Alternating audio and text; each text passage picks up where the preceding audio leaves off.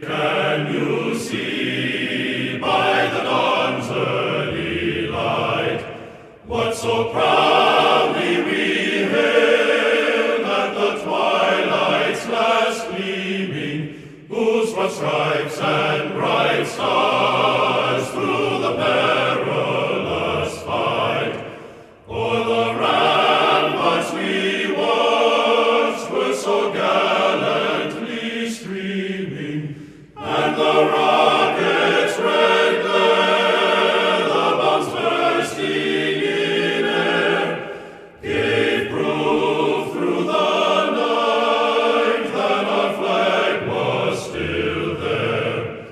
Oh, say does that star-spangled banner yet wave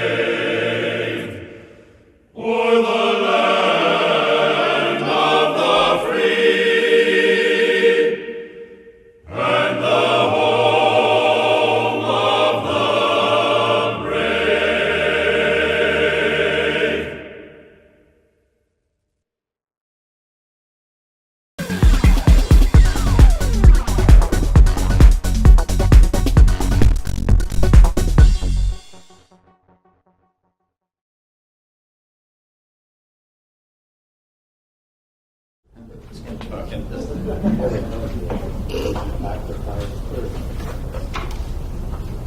We have a nice turnout today and for a good event and a good person, a member of our senior men's club for many years, and who's a resident and a businessman here in Sewickley, George Gaadt. And George, we're happy to see you today and glad you're here.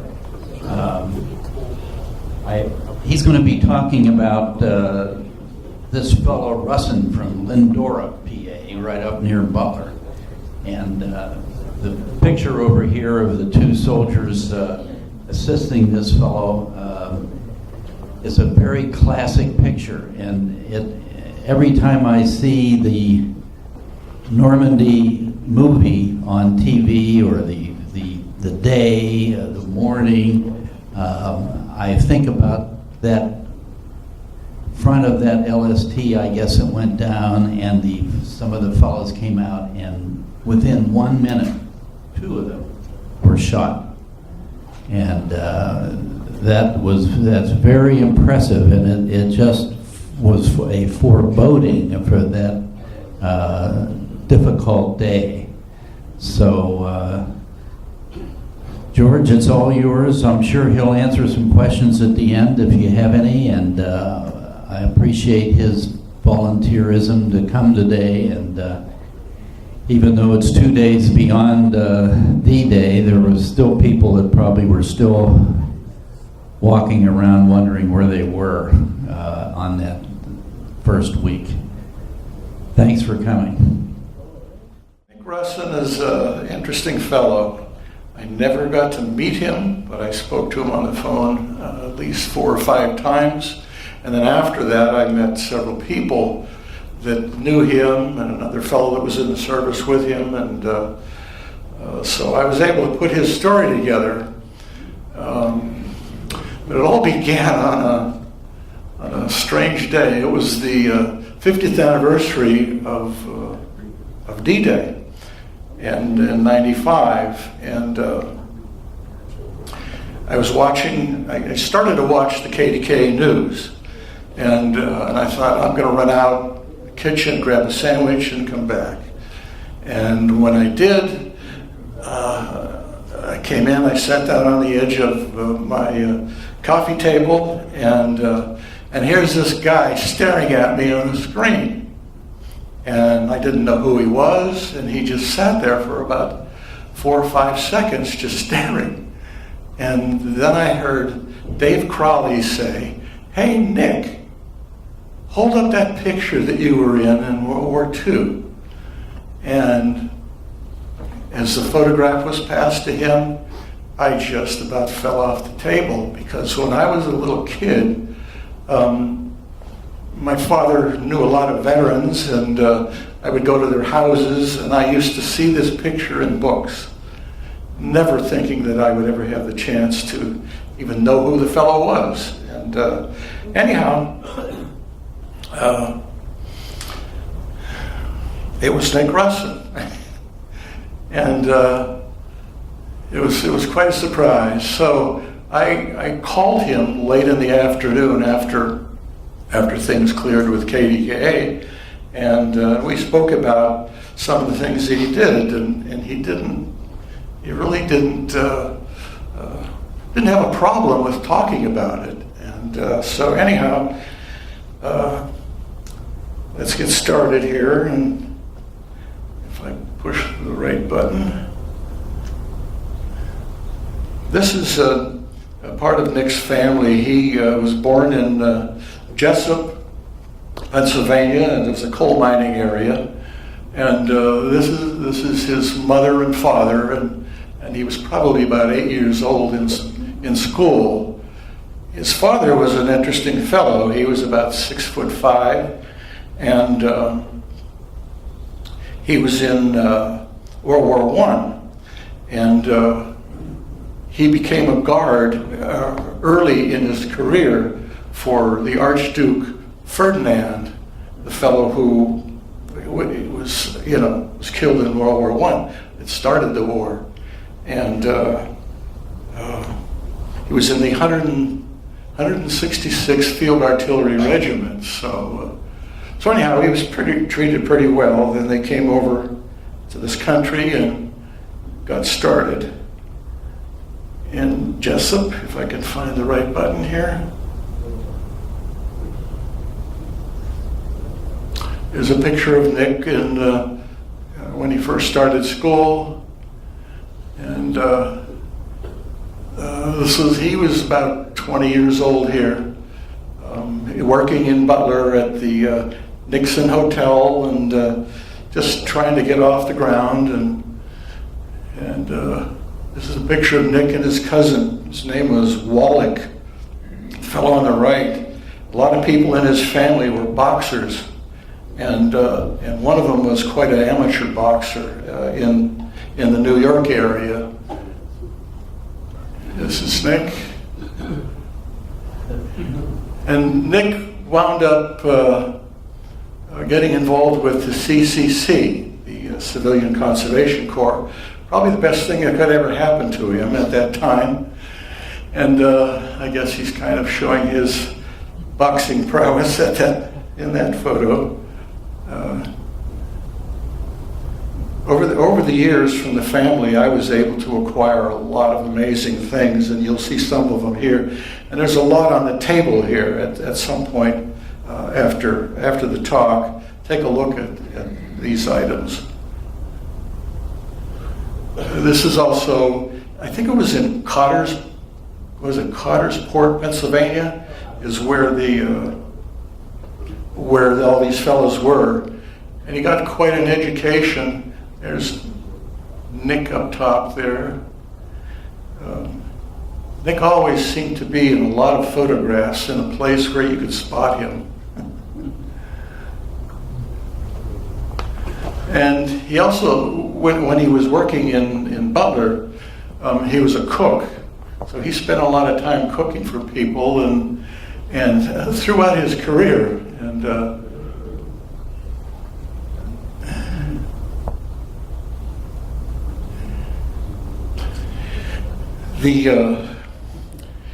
the CCC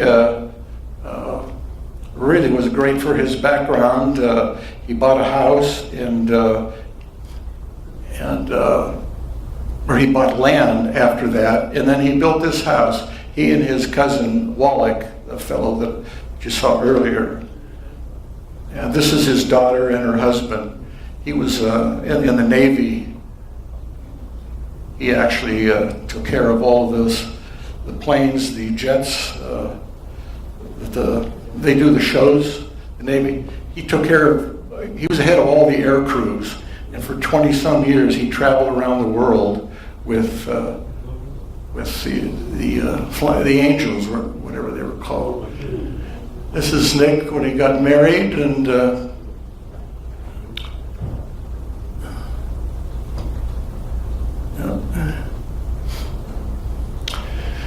And this was his best friend on the left here. John Furco was his name, and he and John hung around together all the time. And in March of 1943, they both got on a bus and went down to the Federal Building in Pittsburgh and joined the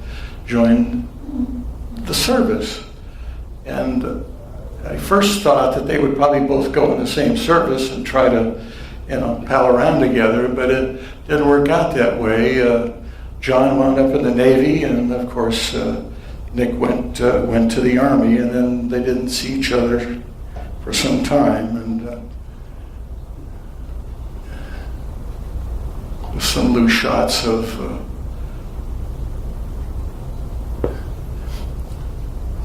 I have no idea how Nick wound up in the field artillery, but I have a bunch of pictures. I'm just going to show a few here, but Nick didn't care for discipline, and at some point he punches an officer. He winds up in the brig, and from that point on, nobody, not even his family, knew what happened to him. And the next time he pops up, he's on a supply ship on the way to North Africa. And while he's in North Africa, I would imagine they were probably in training for D-Day, and he wound up in a supply company. And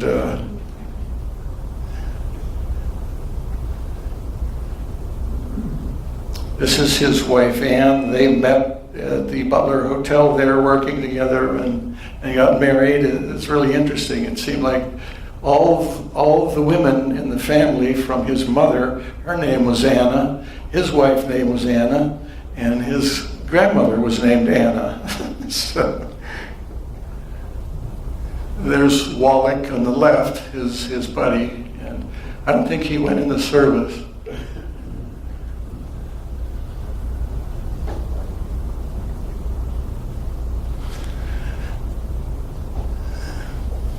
When Nick was in England training, he winds up not knowing what's going to happen, and all the guys that were pretty much scared to death of what was going on the morning of the 5th. And this is a fellow named Gaadt.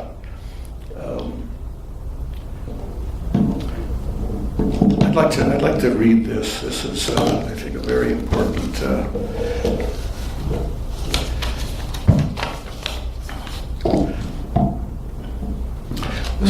This is what happened to Major Gaadt on the evening of the 5th or the morning of the 6th. Major Werner Gaadt, in his bunker overlooking Omaha Beach, and had heard nothing from his superiors since 1 a.m. He was cold, tired, and exasperated. He felt isolated. He couldn't understand why there had been no reports from either regimental or division headquarters. To be sure, the very fact that the phones had remained silent all night was a good sign. It must mean that nothing was happening. But what about the paratroopers? That evening, a lot of paratroopers going over on the other side of Cherbourg, the Cherbourg Peninsula, same low, the same low banks of mists came into view, same patches of shimmering moonlight, the same restless, white-flecked sea.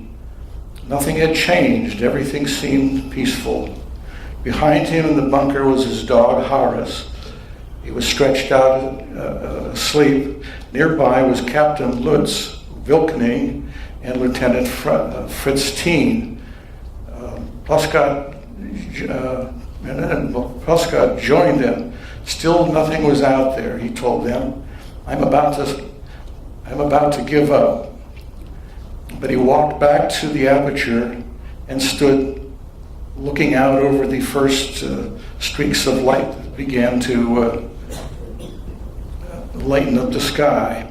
He decided to make another routine sweep. Wearily, he swung the glasses over to the left again.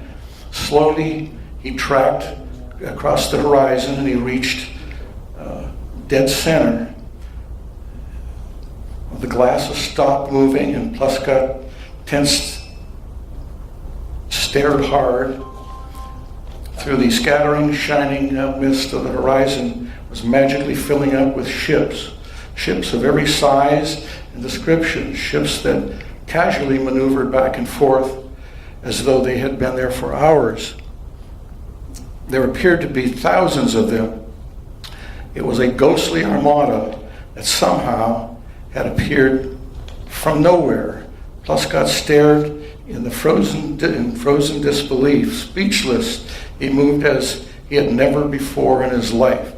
At that moment, the world of good soldier Pluscott began falling apart.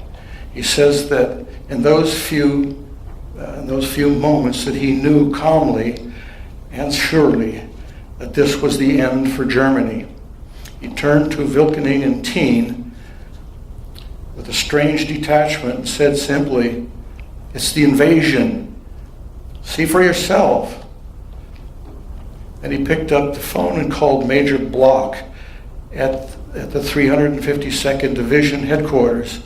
"Bloch," said Pluscott, "it's the invasion. There must be 10,000 ships out there." Even as he said it, he knew that the words must sound incredible. "Get hold of yourself, Pluscott," snapped Bloch. "The Americans and the British together don't have that many ships. Nobody has that many ships." And Bloch's disbelief brought Pluscott out of his daze. "If you don't believe me," he suddenly yelled, "come up here and see for yourself. It's fantastic and it's unbelievable." There was a slight pause and then Bloch said, "What way are the ships heading?" Pluscott's phone in hand looked out the aperture of that bunker and replied, "They're coming right at me."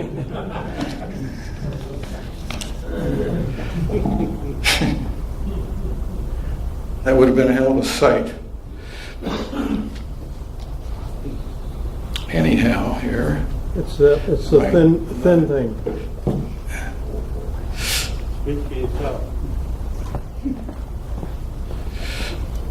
This thing here.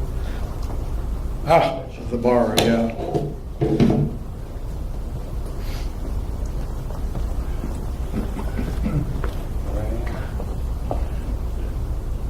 Well, this is a daylight, but this was the view that Pluscott had.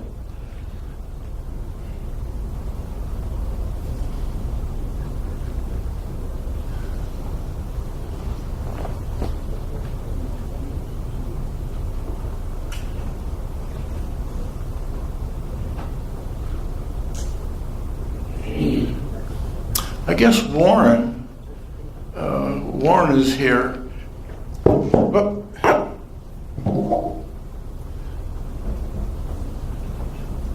I think this is the area up here is where Warren came in with the 4th, that's right, the 4th Division, to the right of Pointe du Hoc.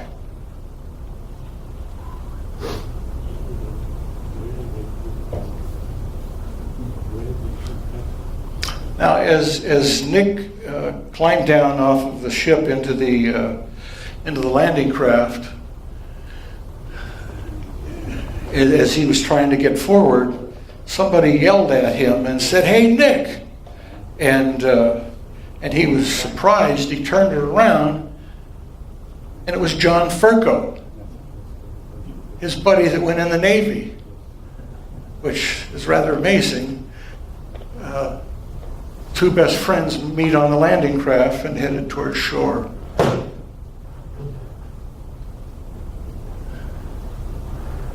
I'm just going to show a long sequence of the landing craft and moving. Hey, George, were those the type that were made down here at Jumbo? At Devoe, I don't know that. No, they were in New Orleans. Yeah, so I was going to say, New Orleans made a great amount of them. The fellow in the right upper corner here was a position that Nick was in, and when there were a number of sandbars. The closer they got, they were still out quite a ways in the water, and with all kinds of stuff coming in too. The fellow that was driving the boat yelled for everybody to stay in the boat because he saw a sandbar coming up. And rather than hitting it hard and throwing everybody forward, he started to slow down, and when the thing went down, Nick was in the right corner, and Nick jumped out. And so somebody grabbed a gaff, and they caught him by the back of his one of his packs and pulled him back in.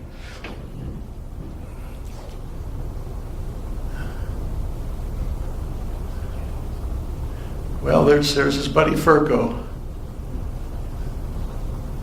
The chances of that happening is just unbelievable. Best friends meeting on a landing craft going to the beach. These are some of the things that the Germans put in the water for high tide. There's a high tide along the cliff. Here, this is close to the area down the beach to the right is where they had come in. And around the corner was an incident that I'll talk about in a little bit.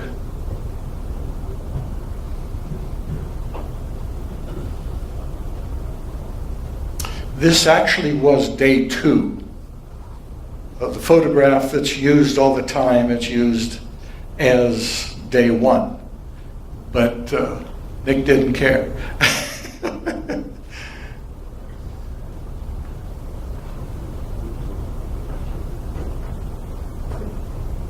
Smoke screen.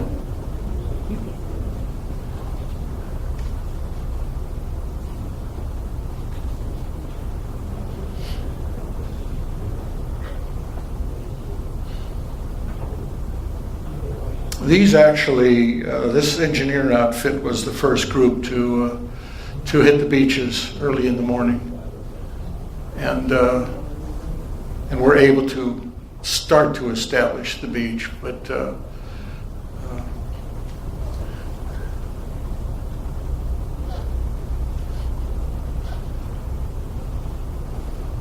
now this landing craft, I'm not sure, but what happened in the boat that Nick was in, they did get caught on a sandbar coming in, and it was a few hundred yards out, and it was really caught, and a lot of guys jumped out.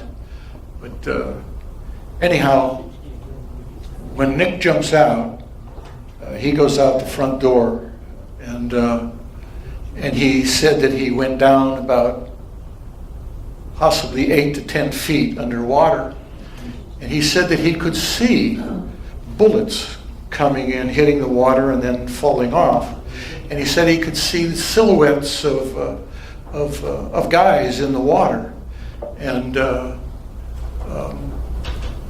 so when he came up to get air, this happened 3 times, and he took in water all the time.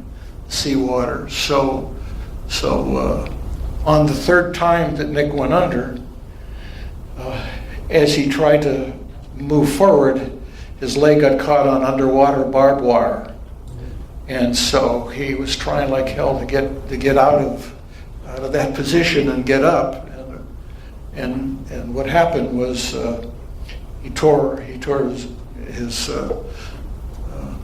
pants and was able to get up, but he was almost out of air, and so he literally blacked out, and and floated to the top. And a fellow named Sidlowski, Ken Sidlowski from Brooklyn, New York, spotted him. And fortunately, Ken was a fantastic swimmer. Before the war, he was out in San Diego helping to train people to swim. This is Nick.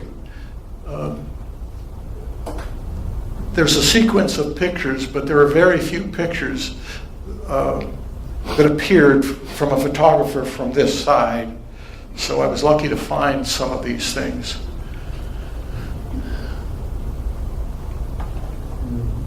Now the fellow on the left side is Ken Sidlowski. On the fellow on the right side of this photo, nobody could find out what his name was or who he was. And from 97 on, or 95 on, I was trying to find out who he was. The family didn't know, and all I kept hearing was that the guy wanted to be left alone. I think he was became a college professor after the war, either in New York or in St. Louis. That's quite a range,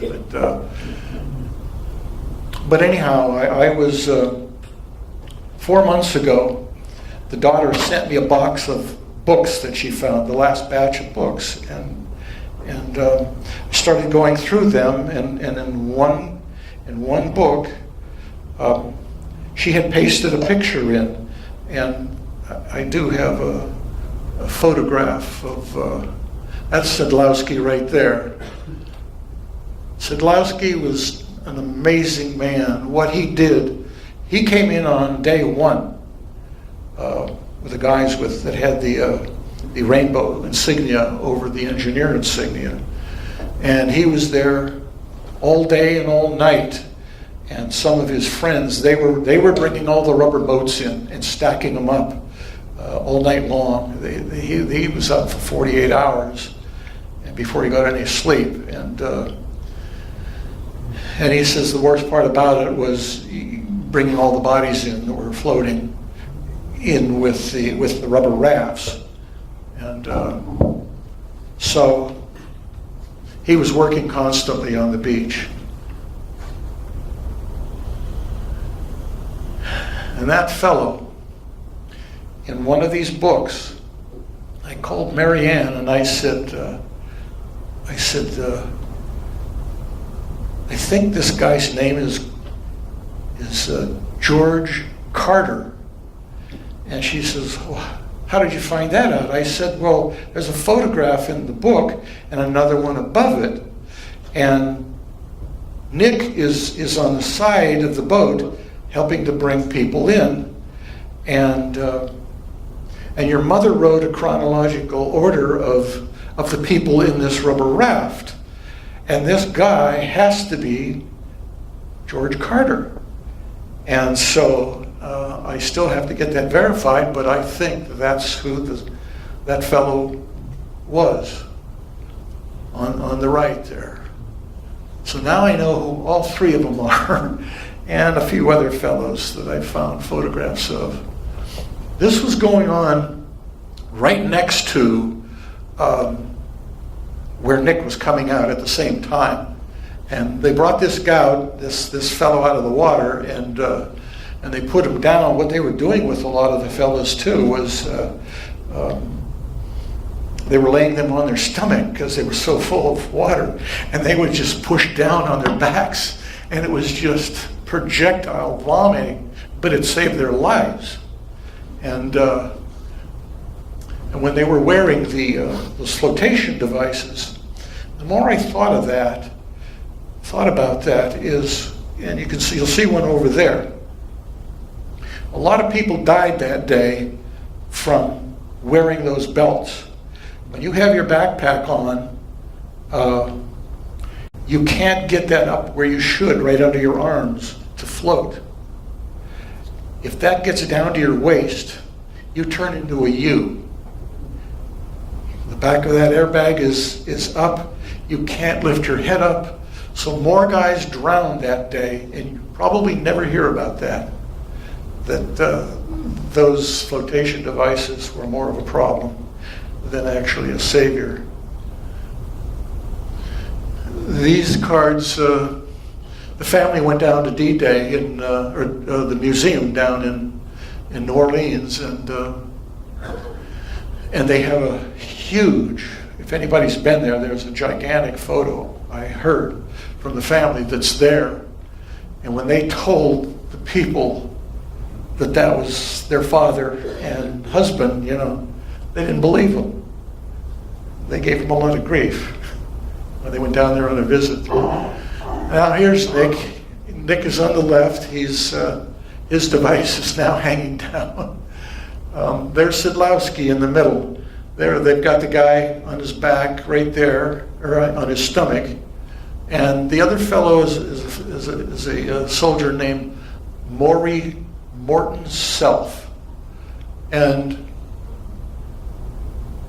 Sidlowski and Maury never knew each other, but they eventually hooked up and found out that they were both from Brooklyn. Ken wound up being a police officer in New York. At first he was a traffic cop, and then he worked himself up to be a detective. And I spoke to him. He was 91 at that time, and he passed away about 3 years after that. But he and Maury got together and became best friends from that point on, from D-Day. Again, more soldiers being worked on.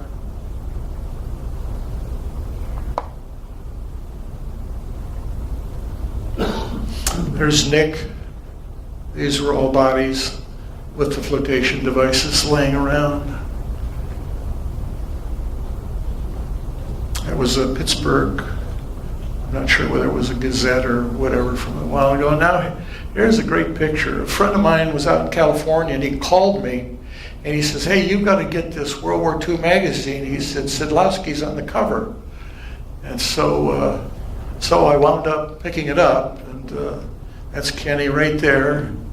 And the fellow on the far left is Maury Self, and the guy standing is George Carter.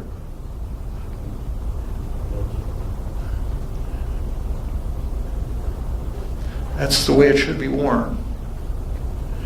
That's Ken right there. 1st Division. Anybody here did anybody here know Russ Rickard from Sewickley here? He was 1st Division. They were the first on the beach. Somebody said something about a few people getting shot. This is what happened to, well, I won't go into that story.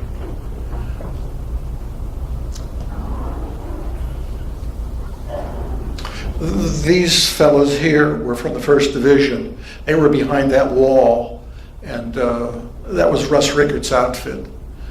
The fellow that was taking these pictures had his trigger finger shot off, and he asked anybody does anybody know anything about photography or cameras? And he did when he went to Sewickley High School here.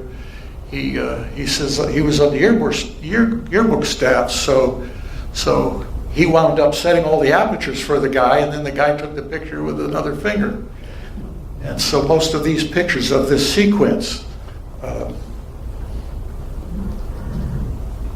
were from Company K, 1st Division.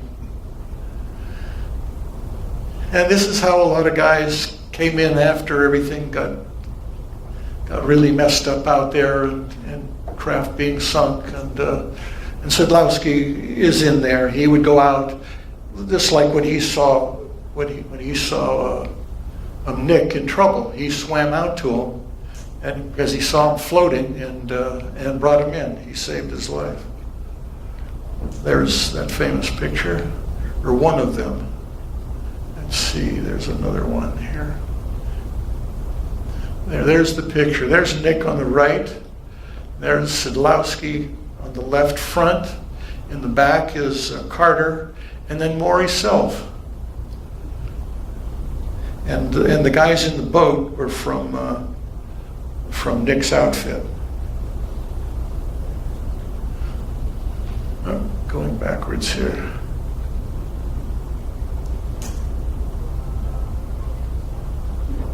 There's Sidlowski there. This is down at the D-Day Museum. Looking at that sequence of pictures, it was photographed by a young fellow who was a private. His name was Rosenblum. There's Ken Sidlowski on the left and his buddy Maury. That was also down at the museum. There's their patch.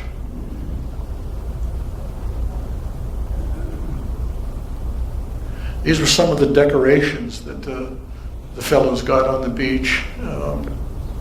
Sidlowski's down at the bottom there. I think he's in there too, at the top. The three of them, the fellow in the middle is Sidlowski's son. I kept close touch with him over the years and found out a lot of terrific information.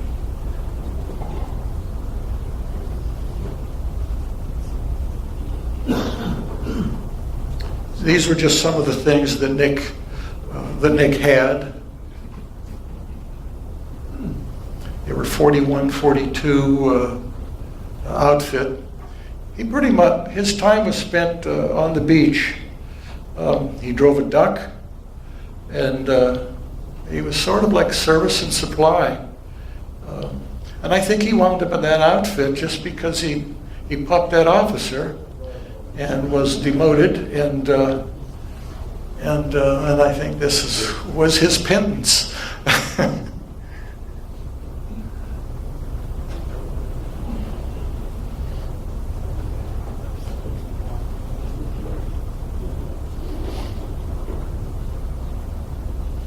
Some stones from the beach. Those things are just loaded with round stones.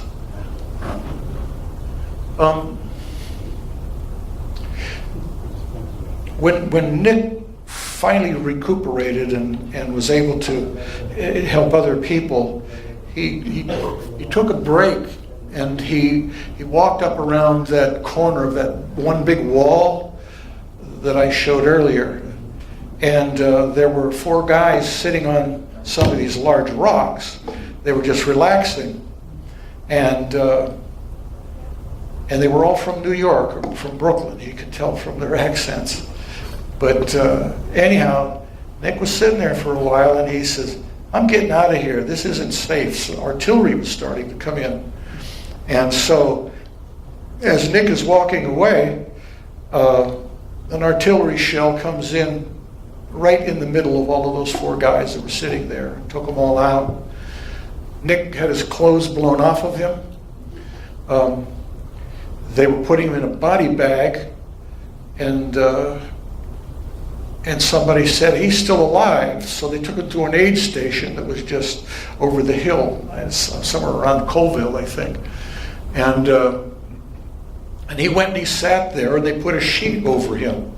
And because all of he had blood on him from the blast, and he just sat there for a while, and he just got sick and tired of sitting there, and he said that I just couldn't stand the smell of what was going on in that aid station and the blood that was all over the floor. He just got up and walked out. And so the family always thought that he was going to get a Purple Heart from that. Well, he didn't. This is sort of after the shore duty, right towards the end of the war. He wound up as a guard at a POW camp also, and but all the time he was on the beach, he was on the dock delivering stuff and constantly things coming in to move inland.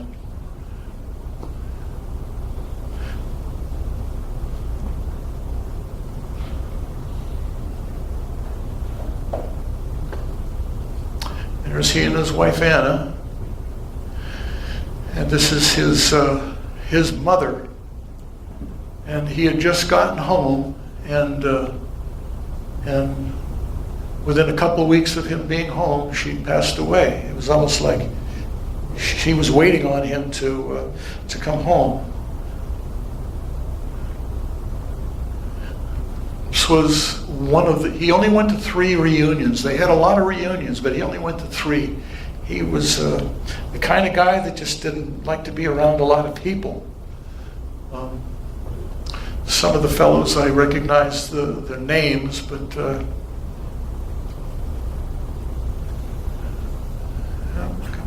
on. I have this flag sitting on the table. He got it at that reunion, at that last reunion. I have no idea what it is yet, but I have a couple pictures of him holding it up. And I think it has something to do with D-Day, but I've got a friend out in Kansas City who will be able to tell me that once I get the picture to him. This is pretty much the stuff that Nick had. There's one of the armbands with the flag on it. Not a whole lot of people wore those. They're kind of rare. And but these were all the things that he was affiliated with in his time. I've got to take the Purple Heart out because he didn't get one. That's shortly before he passed away.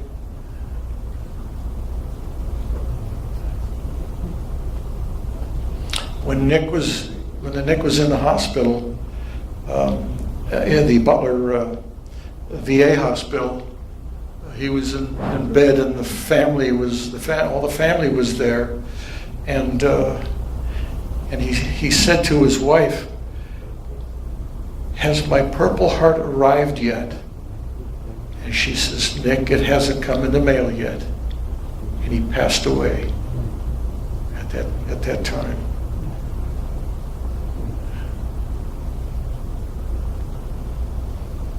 And then I couldn't believe I was going through a Rifleman magazine, and they had this 45, and there's the image of that. So that's it. Thank you.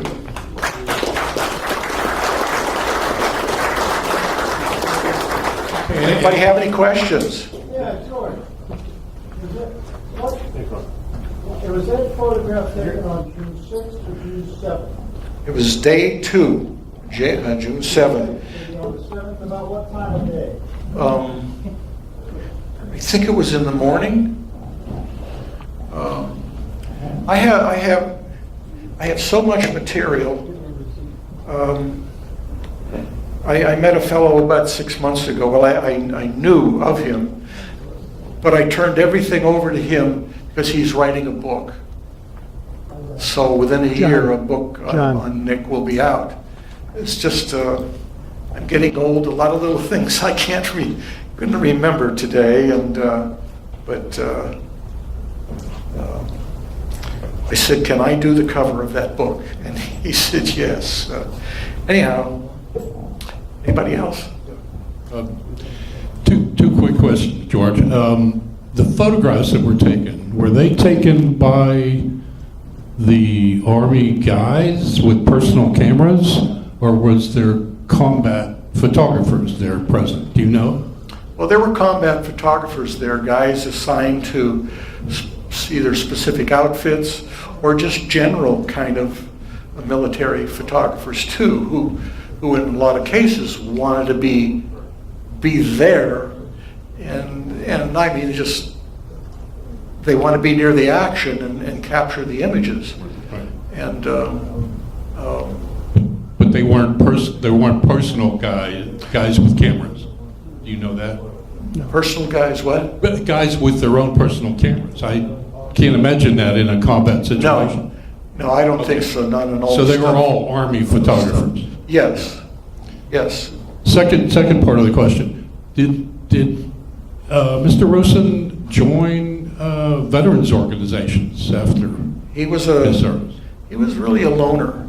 When he got home from the war, he had a number of jobs too until he finally retired.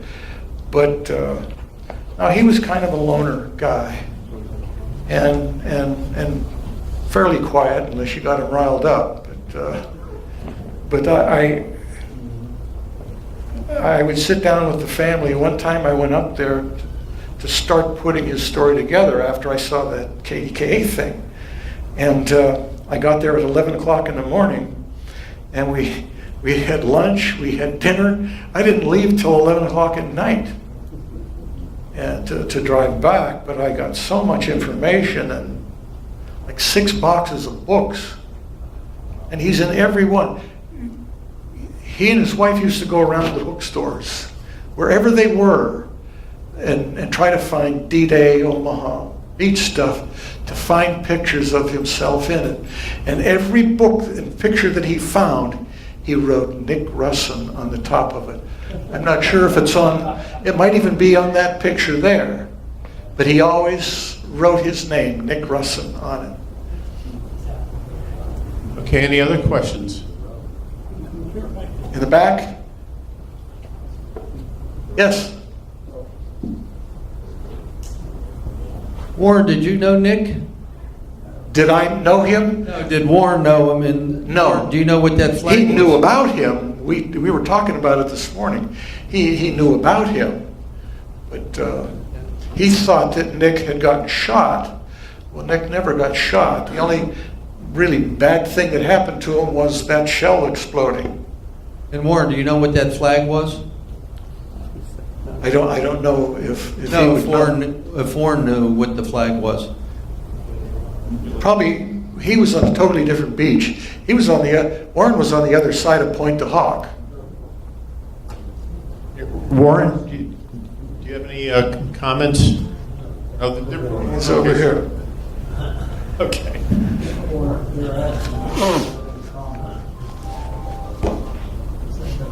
No? No, okay. Okay. Jerry? Oh, just, okay. Anybody else? Any other question? Okay. Paul Right has here. a question. Paul.